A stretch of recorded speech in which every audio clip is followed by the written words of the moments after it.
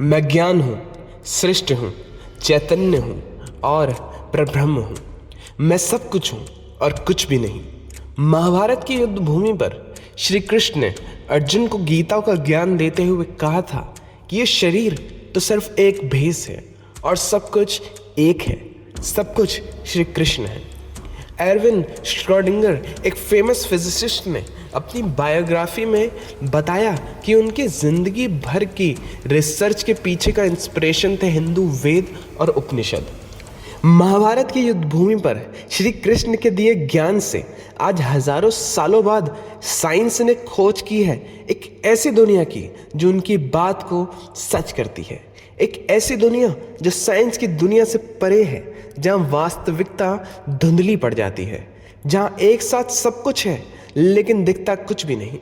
ये दुनिया है क्वांटम मैकेनिक्स की, जिसके राज साइंस आज तक समझ नहीं पाया, लेकिन हमारे ग्रंथों में ये ज्ञान कहीं अनदेखा अनसुना रह गया।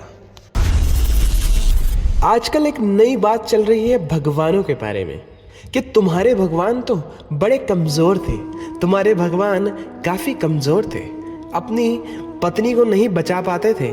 इस तरह की बातें होती हैं भगवानों के बारे में, जो कि सच है। और ये बोलने वालों को एक बात नहीं पता कि हमारे भगवान बीमार भी पड़ते थे। एक बार कृष्ण बीमार पड़ गए, बहुत ज़्यादा। वैद्य आए, उन्होंने बताया कि कोई भी इनको प्रेम करने वाली महिला अपने चरणों की धूल अगर इनके माथे पर लगाती है तो ये ठीक हो जाएंगे। और कृष्ण उस समय इतने बीमार पड़ गए कि उन्हें ठीक करना मुश्किल हो गया था। तो वैद्य कृष्ण की 8 पत्नियों के पास बारी बारी से गए और उन्होंने सबसे आग्रह किया कि वो अपने चरणों की धूल उन्हें दें ताकि कृष्ण ठीक हो जाए।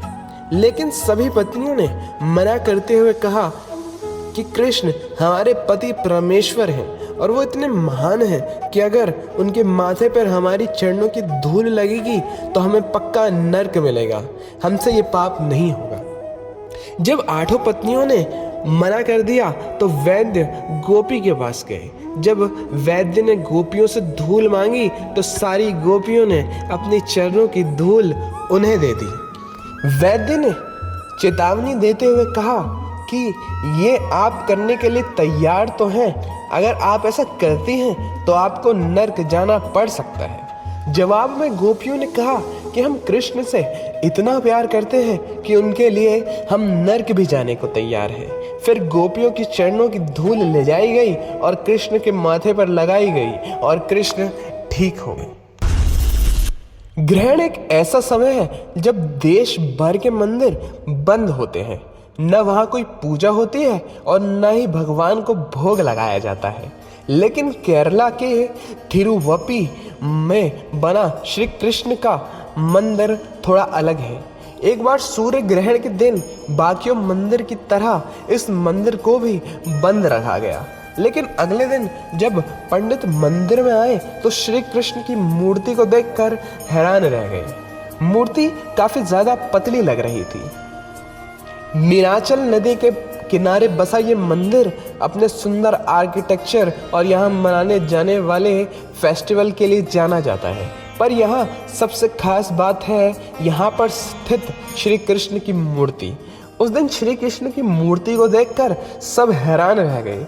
उस समय शंकराचार्य जो उस समय मंदिर में दर्शन करने आए थे, उन्होंने बताया कि श्री कृष्ण को पूरा दिन भूखा रखने की वजह से ऐसा हुआ।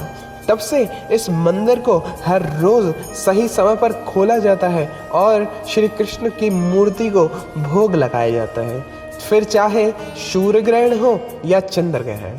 ये एक लौता ऐसा मंदिर है जहाँ सबसे पहले भोग रात 3 बजे चढ़ाया जाता है और भगवान को सही समय पर भोग लगाने के लिए मंदिर के दरवाजे रात 2 बजे खोल दिए जाते हैं। और इसलिए यहाँ के पुजारी हाथ में मंदिर की चाबियों के साथ हथौड़ा लेकर जाते हैं ताकि अगर गलती से भी चाबी से दरवाज़ा ना खुले तो वो तुरंत हथौड़े से ताला तोड़कर अंदर प्रवेश कर सकें। श्री कृष्ण की ये मूर्ति उनके उस रूप को दर्शाती है जिसमें उन्होंने कंस का वध किया था।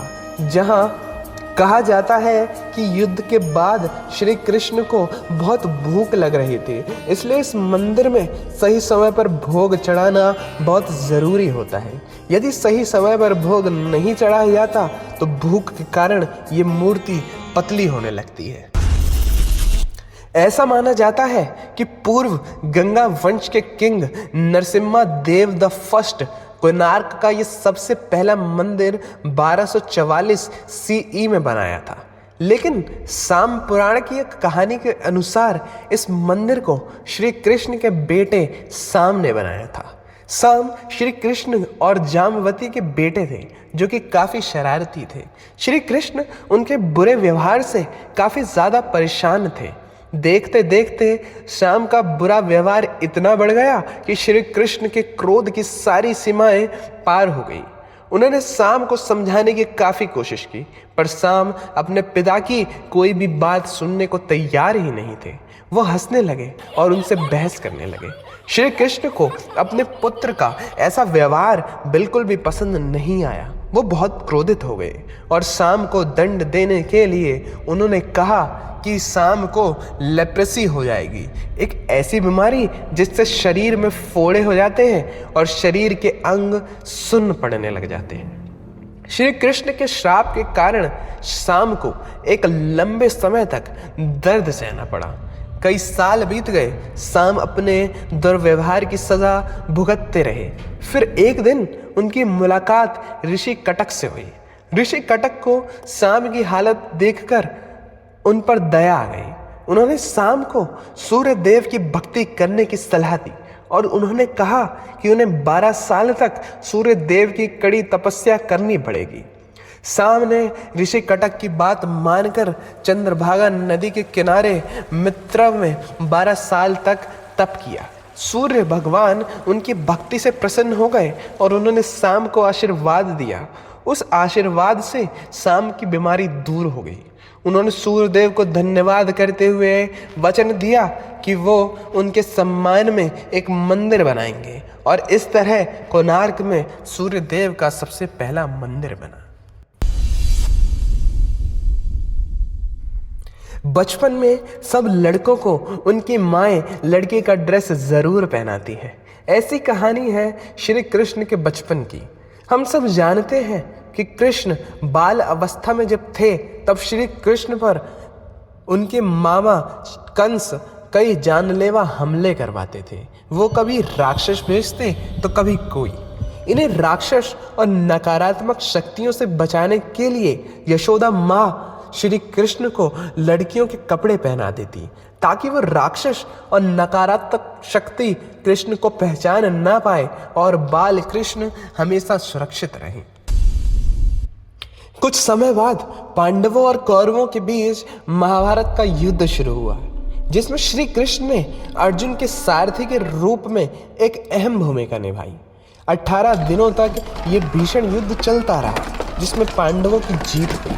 महाभारत के स्त्री पर्व के अनुसार जब कौरवों की माता गांधारी ने अपने पुत्र के मृत शरीर देखे तो उन्होंने इसके लिए श्री कृष्ण को दोषी ठहराया। उन्होंने क्रोध में आकर श्री कृष्ण को श्राप दे दिया कि जिस तरह उनके पुत्रों और वंशों का आपस में युद्ध करके विनाश हुआ, उस प्रकार ठीक 36 साल बाद कृष्ण के वंश का भी ऐसे ही विनाश होगा। श्री कृष्ण ये जानते थे कि उनका वंश का विनाश आपस में लड़कर ही होगा, इसलिए उन्होंने इस श्राप को हंसकर स्वीकार कर लिया। भगवान विष्णु का मोहिनी अवतार, एक ऐसी सुंदर स्त्री जिसके रूप को देखकर सभी देवता और असुर मोहित हो गए थे। समुद्र मंथन के बाद जब अमृत के लिए देवता और असुरों के बीच जंग छिड़ गई, तब विष्णु ने इस रूप को धारण किया, जिसके कारण असुरों का ध्यान भटक गया और अमृत देवों को मिला। पर विष्णु जी का मोहिनी रूप इतना सुंदर था कि स्वयं महादेव भी उनसे आकर्षित हो गए। वो खुद उनके पीछा करने लगे और तब शिवजी और मोहिनी के मिलन से एक बालक का जन्म हुआ, जिसका नाम था भगवान अयप्पा। एक ऐसा भगवान जिनका जन्म दो पुरुष शक्तियों के मिलन से हुआ था, जिनके सम्मान में केरला के पहाड़ों के बीच एक खूबसूरत मंदिर बना हुआ है, जिसके दर्शन करने से पहले भक्तों को 2 महीनों तक एक ब्रह्मचारी की तरह कड़ी तपस्या करनी पड़ती है, जिसके बाद ही वो इस मंदिर में जा सकते हैं। सिर्फ यही नहीं, इस मंदिर में जाने से पहले वहाँ के मस्जिद में जाना भी काफ़ी ज़रूरी होता है। दोस्तों, आशा करता हूँ कि आप इस वीडियो से श्री कृष्ण के बारे में कुछ और जान पाए होंगे। मिलता हूँ अगली वीडियो में, तब तक के लिए धन्यवाद।